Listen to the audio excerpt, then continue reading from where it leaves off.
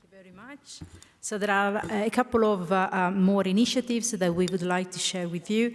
The next one is the Ciitizen initiative, and to have an update about the data from the Cholangiocarcinoma cohort.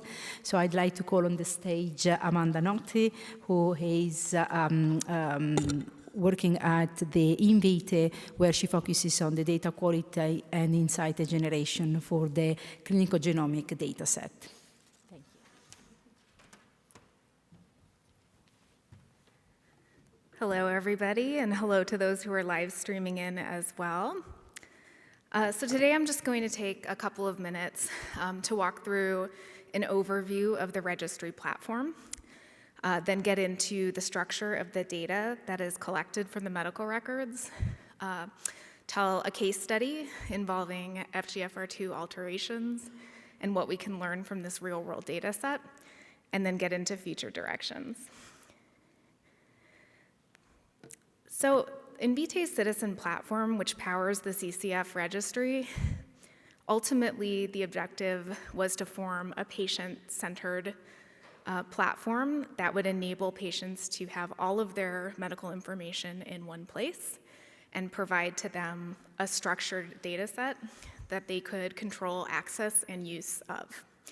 And so the way that it works is an individual participant signs up with the platform and then provides consent for Invitae to leverage the HIPAA right of access to go out and obtain all of their medical records and bring them back into one place. And again, they have access to this. They can share it with whomever they wish. And then in parallel, all of these medical records, structured and unstructured, are processed through a machine learning-driven pipeline. First scans the text and then surfaces likely clinical variables of interest. And this is followed by 2 rounds of human QA and confirmation to confirm the validity of these variables. And ultimately, all of these variables are standardized against an underlying terminology or coding system. So all the different ways that something can be referred to in the unstructured medical records gets normalized to a single term. And at the end of this process, we end up with a de-identified data set, which again, once the individual consents, can be used for de-identified research use. And so now I just want to get into the data model or the types of variables that we include. And so I like to think of them in 3 main categories. We have clinical characteristics, which also includes some high-level demographic information. We have comorbidities or medical conditions, and then all the clinical detail of the cholangiocarcinoma, so the diagnosis, the subtype, secondary diagnosis or sites of metastases, a lot of detail on biomarkers, details of the tumor location or locations, grading, staging, and so on. We also collect the information about interventions, so diagnostic procedures that were used to confirm the disease, therapeutic procedures like the surgeries or radiation, and medications. And then in terms of things that can tell us more about the outcomes, we have the tumor status as declared by the clinician, whether it is stable, responding, progressing. We document new sites of disease, either a recurrence in a primary site or a new site of metastasis. And then looking also at tolerability, we collect the adverse events as well, along with performance status over time. And all of these data elements are collected not just with the name of what they are, but with the date or dates that they occurred or were observed. And so that enables us to pull everything together into a longitudinal data set for each individual. And so this helps us, ask and answer questions that can be about characterizing a diagnostic journey, or really anything that's looking at a time between certain events, like how long is it taking to get from one thing to another. We can look at the real-world utilization, so across a data set, what therapies are being used, what interventions are happening. We can calculate endpoints, things like time to progression, time to next treatment, and so on. And we can also look at tolerability, as mentioned. And this includes not just what adverse events are occurring, but whether they are resulting in a dose reduction, a hold, or a discontinuation of therapy. And so now I just want to show a visualization. So this is a single case. So once this data is extracted, organized, standardized, we see this comprehensive and longitudinal view of the patient's cancer journey. And this, as described, includes the clinical characteristics, the interventions, the outcomes. So looking at this view, starting at the upper left at the time of the initial diagnosis, you see all the information that's collected as part of the diagnostic workup in that box at the bottom. So the details of the diagnosis, staging, biomarkers, grading, and so on. And now if you look at sort of the middle part of this visual, you see the introduction of medication, so gemcitabine and cisplatin.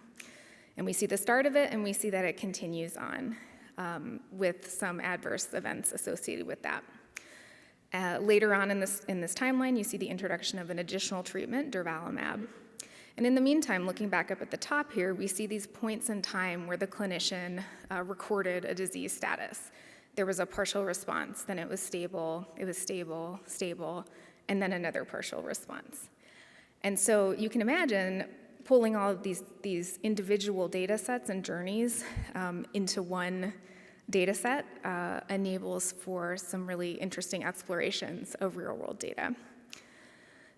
And so now I want to switch gears slightly and introduce the current or close to current cohort that we have within the registry. So this is a high-level demographics breakdown by female, male. You see the year of birth, you see the distribution of year of diagnosis, the diagnosis and subtype information, and then I'll draw your attention to the bottom right-hand side where we have the number of individuals with select biomarkers that are of interest because they have matched targeted therapies. And now for the case study example, I'll go through a set of analyses looking specifically at the FGFR2 fusion-positive population in this data set. So one thing that we are interested in, and this is a part of a broader project that we're working on, was looking at once a targetable biomarker is identified, we also have medication information in the data set. So we can look and see for those individuals who had a targetable biomarker detected, did they also ultimately end up receiving a matched targeted therapy?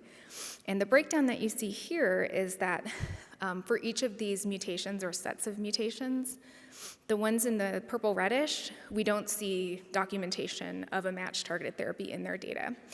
The blue purple one is where we do. And so you'll notice right away that the numbers are roughly equal. And in fact, across all of these, it's actually more, over 50%, where we don't see this matched targeted therapy in the data set. So of course, initially you see that and feel very concerned, but we're able to look into these data sets to try to get some broader context on what's going on. For example, when was the treatment decision made? Was it before the approval of these targeted therapies? And also looking within each individual's point in time. Are they early stage or are they just in first line of treatment? Because these targeted therapies are not approved until second line or later. And so again, focusing in on the FGFR2 population, sure enough, 12 of the 15 are still early in treatment or early in disease, so not yet eligible. So let's focus in on the ones who have received an FGFR2 therapy and look into that treatment landscape to see what is being used at what point in treatment. So this is a busy chart, but just to orient everyone. So here, each row that you see is an individual with advanced or metastatic cholangiocarcinoma. The first column is the diagnosis date, and these are ordered chronologically from further back in time to more recent. The second column includes the details of the fusion partner. So as I mentioned before, we collect a lot of information about biomarkers that are in the data. So we'll have the details of the fusion partner if it's reported in the documentation. Third column tells us when they were, at what stage they were diagnosed and if they ultimately progressed later. So you can see, for example, the first individual diagnosed at advanced stage, which ultimately became metastatic, something like 900 days in. And then looking across the rest of this chart, first line, second line, third line, we're recording what treatments were given with a highlighting in blue of the FGFR2 targeted therapies. And so this type of analysis allows us to look into the data and see who is getting a certain type of therapy, what therapies are being chosen, and it also gets to questions of sequencing between different therapies. So the next example I want to show is looking at some of these endpoints. And within the data, we can look at this a couple of different ways. So what I have reported here is that for each set of completed FGFR2 treatment, we're recording the duration of therapy, so the time from the start of the medication to the end of the medication, the time to progression, which is in the red bar, time from the start of therapy to the first clinician-documented progression, and the time to next treatment. And each of these boxes within the chart represents an individual. So you can see that, for example, the third one down actually had 3 FGFR2 therapies sequentially, and here is sort of their outcomes from each. And so the next thing that we'll layer in, although I don't have it here to report today, is looking at adverse events and considering where dose reductions, holds, and even discontinuations may have occurred. And with that, I just want to take a moment to talk about future directions for this registry data set. So of course, we will enthusiastically continue growing this US-based cohort. As of February, over 800 individuals consented and over 500 with records fully collected.